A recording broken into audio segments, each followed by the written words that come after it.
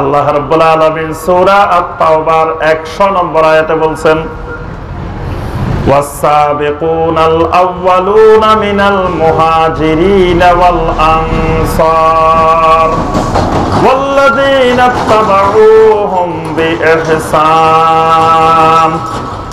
আল্লাহ রাব্বুল আলামিন বলেন সাহাবায়ে কেরাম, আনসার এবং মুহাজির এদেরকে যারা ইত্তেবা করে, এদেরকে যারা অনুসরণ করে, বিইহসানিন ইহসানের সাথে যারা অনুসরণ করে, আল্লাহ রাব্বুল আলামিন বলেন আ'আদাল্লাহু লাহুম জান্নাত, এদের জন্য রব্বুল আলামিন জান্নাত বানায় রেখেছেন। সুবহানাল্লাহ। তাহলে বোঝা যায় সালাফদেরকে অনুসরণ করলে জান্নাত। সুবহানাল্লাহ।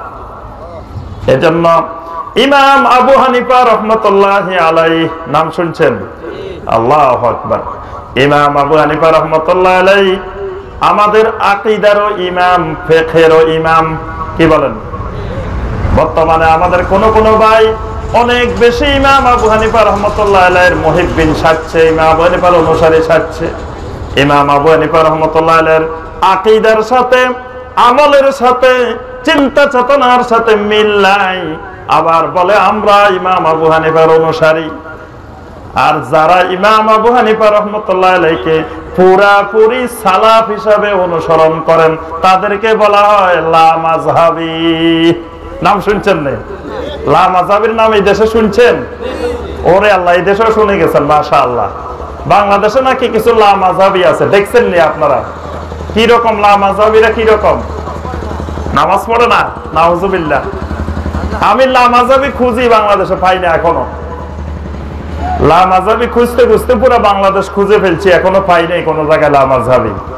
এমনি শুধু বায়বীয় ভাসমান কথাই শুনি লা মাযহাবী আছে, কিন্তু বাস্তবে কোথাও লা মাযহাবী দেখি না। কারণ যারা সালাত আদায় করেন, যারা নামাজি, যারা মুসল্লি, তাদের প্রথম থেকে শেষ পর্যন্ত নামাজের সমস্ত কর্মকাণ্ড মাযহাবের ভিতরে আছে। আছে না? যিনি হাত বুকের উপরে বাঁধেন এইটাও মাযহাবে আছে, যিনি হাত নাভির নিচে বাঁধেন এইটাও মাযহাবে আছে। আছে না? কোন মাযহাবে আছে?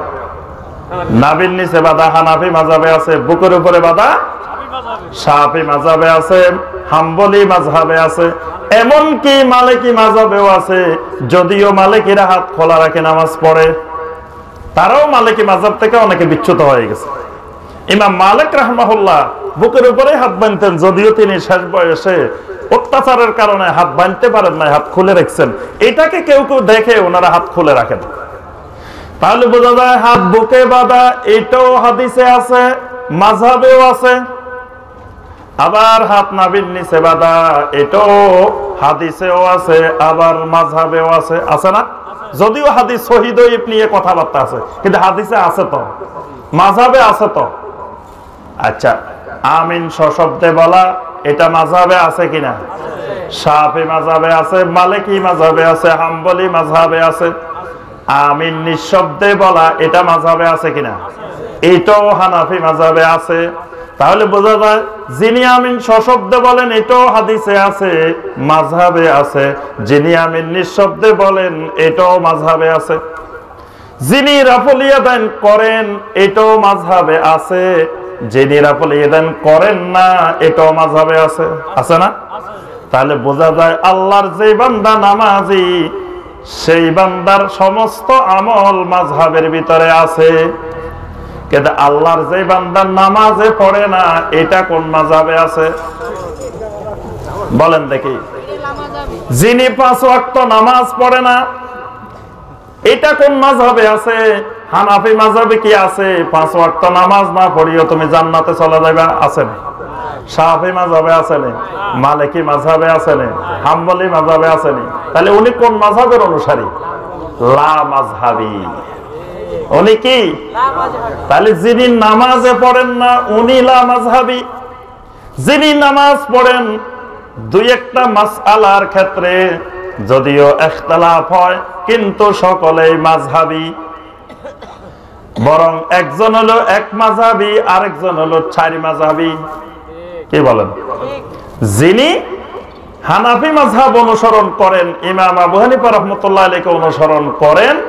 ইমাম আবু হানিফা রাহমাতুল্লাহ আলাইহি স্পষ্ট করে বলে দিয়েছেন, হাশিয়ায়ে রাদ্দুল মুহতারের ভিতরে এখনো কথাটা লেখা আছে, ইমাম আবু হানিফা রাহমাতুল্লাহ আলাইহির কথাটা, যেটা আমাদের সকল মাদ্রাসা, আলিয়া, কওমি সব জায়গায় মুফতি হইতে হলে এই কিতাব পড়ে মুফতি হইতে হয়।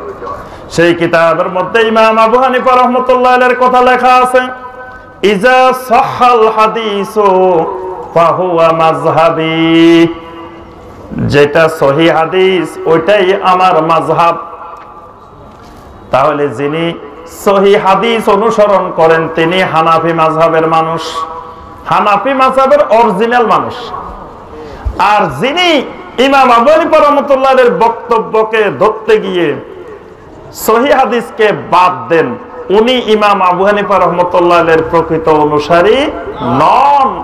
উনি ইমাম আবু হানিফা রাহমাতুল্লাহ আলাইহিকে দুনিয়ার মানুষের সামনে পরিচয় করাই দেন যে দেখো আমাদের ইমাম সহিহ হাদিস বাদ দিয়ে দঈফ হাদিস গ্রহণ করছে, দেখো আমাদের ইমাম সহিহ হাদিস বাদ দিয়ে কিয়াস গ্রহণ করছেন, আমাদের ইমাম সহিহ হাদিস বাদ দিয়ে উনি রায় দিয়েছেন, ওনার ব্যক্তিগত মতামত দিয়েছেন।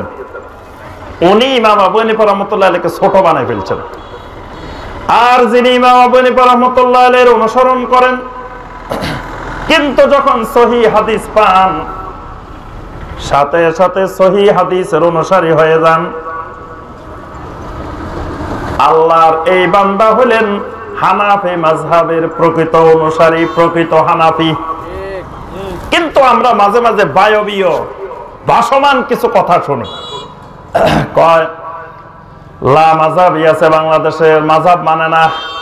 এই কথাটাও সত্য নহে, মিথ্যা কথা বলা যাবে না, কারণ আলেমেরা বলেন তো, এজন্য বলা যাবে না যে এটা মিথ্যা। এটা কি সত্য নহে? বাংলাদেশে কোন নামাজি লা মাযহাবি নাই। যেই ভাইয়েরা নামাজ পড়েন না ওনারা হলেন লা মাযহাবি, ওনাদের কোনো মাযহাব নাই। কারণ প্রত্যেক মাযহাবে নামাজ পড়ার জন্য বলা হয়েছে, নামাজ পড়া ফরজ।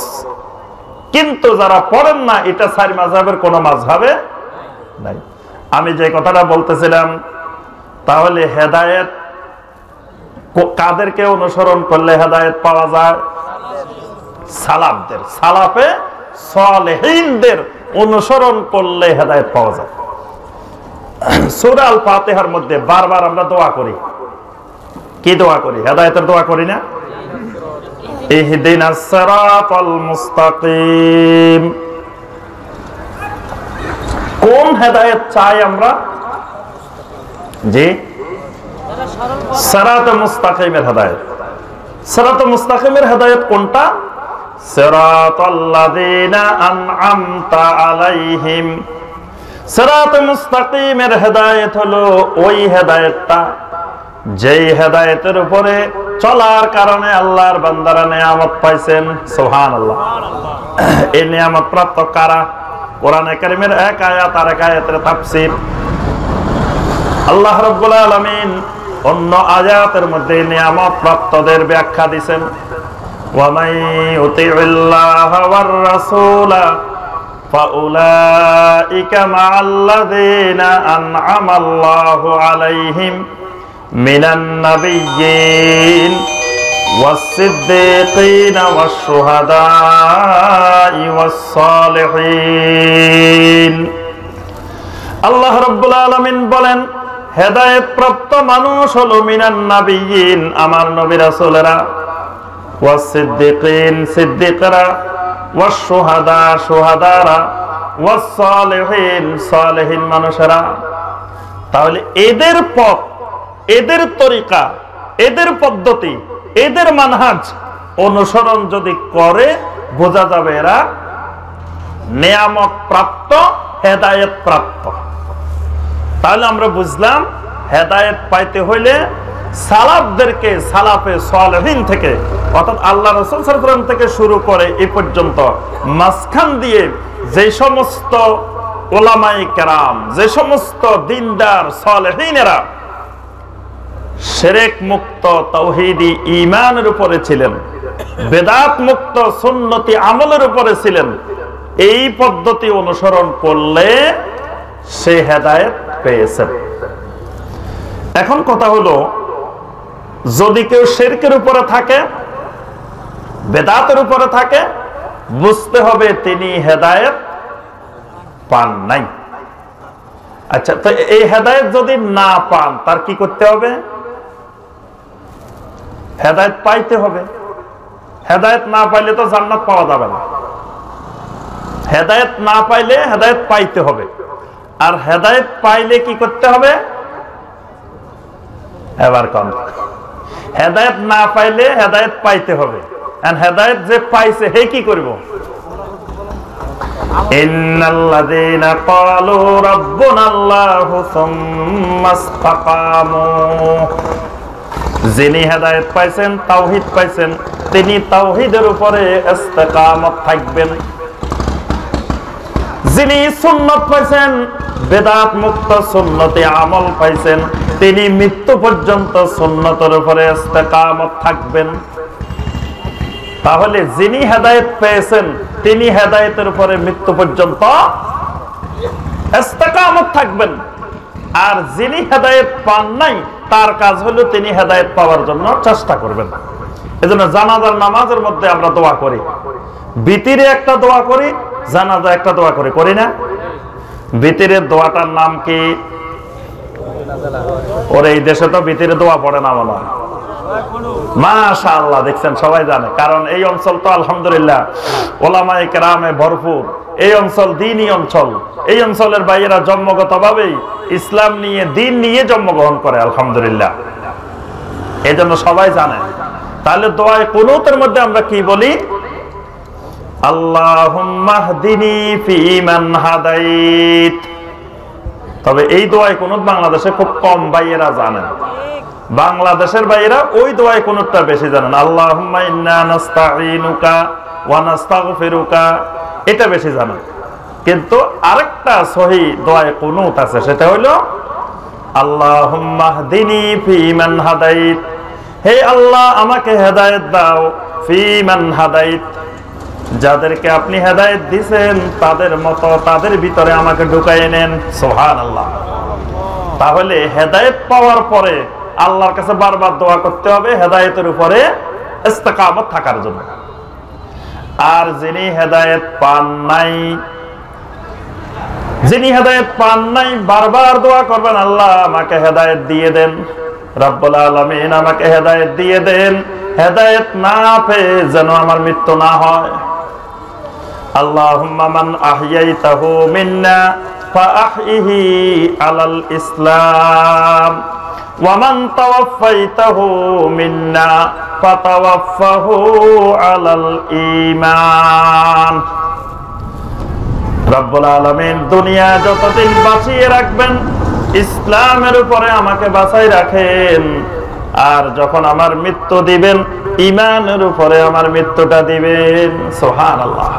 তাহলে বোঝা যায় হেদায়েত পাওয়ার পরে মৃত্যু পর্যন্ত হেদায়েতের উপরে থাকার জন্য আল্লাহর কাছে দোয়া করতে হবে, যেন এই হেদায়েতের উপরে থেকে ঈমানটা নিয়ে কবরে যাইতে পারি। ঈমানটা নিয়ে কবরে যাইতে পারি। তাই খালি ঈমান নিয়ে যাবেন, আমল নিবেন না? কি কন? হ্যাঁ, কি কি নিবেন কবরে বলেন দেখি? তো এখানে যে আমল নেওয়ার কথা দোয়া করেন নাই, দোয়া যে করলেন খালি ওয়ামান তাওয়াফাইতাহু মিন্না ফাতাওয়াফাহু আলাল ঈমান, দোয়া তো করলেন না ফাতাওয়াফাহু আলাল ঈমান ওয়াল আমল। ঈমান ওয়াল আমল কইছেন, কইছেন কি? ঈমানটা লই কবরে যেতে চান, আমলের কথা কিন্তু বলেন না। কারণ কি? হাত টান দিলে মাথা চলে আসে, বলেন। হ্যাঁ, আপনি ঈমান আসলে আমল অটোমেটিক আসবে। আমলটা ঈমানের ভিতরে ঢুকানো আছে। কেউ যদি ঈমান নিয়ে মরে তার অর্থ হলো আমল নিয়ে মরছে। ঈমান থাকলে আমল থাকবে, আমল থাকলে ঈমান নাও থাকতে পারে। আর কথাটা বুঝতে পারছেন? ঈমান আছে মানে এই লোকের ঈমানও ঠিক আছে, আকীদাও ঠিক আছে, আমলও ঠিক আছে। আর আমল আছে মানে তার আমল হয়তো আছে কিন্তু ঈমানটা ঠিক নাই। ঈমান যদি ঠিক থাকে জান্নাত পাওয়া যাবে, আমল ঠিক আছে ঈমান নাই জান্নাত পাওয়া যাবে না। যেমন আব্দুল্লাহ ইবনে উবাই, আব্দুল্লাহ ইবনে উবাইয়ের আমল ছিল, ঈমান ছিল না, জান্নাত পায় নাই। আবু জেহেল, আবু লাহাবদের অনেক আমল ছিল, কিন্তু ঈমানের ভিতরে শিরক ছিল, এজন্য জান্নাত পায় নাই। এজন্য এখানে দোয়া শেখানো হয়েছে ফাতাওয়াফাহু আলাল ঈমান, ঈমানের উপরে মরা। ঈমানের উপরে মরা মানে আমলটা ঈমানের ভিতরে ঢুকানো আছে। সুবহানাল্লাহ। এজন্য ঈমান যদি কারো বিশুদ্ধ করে দিতে পারেন, আকীদাটা যদি বিশুদ্ধ করে দিতে পারেন, আমলের দাওয়াত দেওয়া লাগবে না। ঈমানেই তাকে বাধ্য করবে আমল বিশুদ্ধ করার জন্য।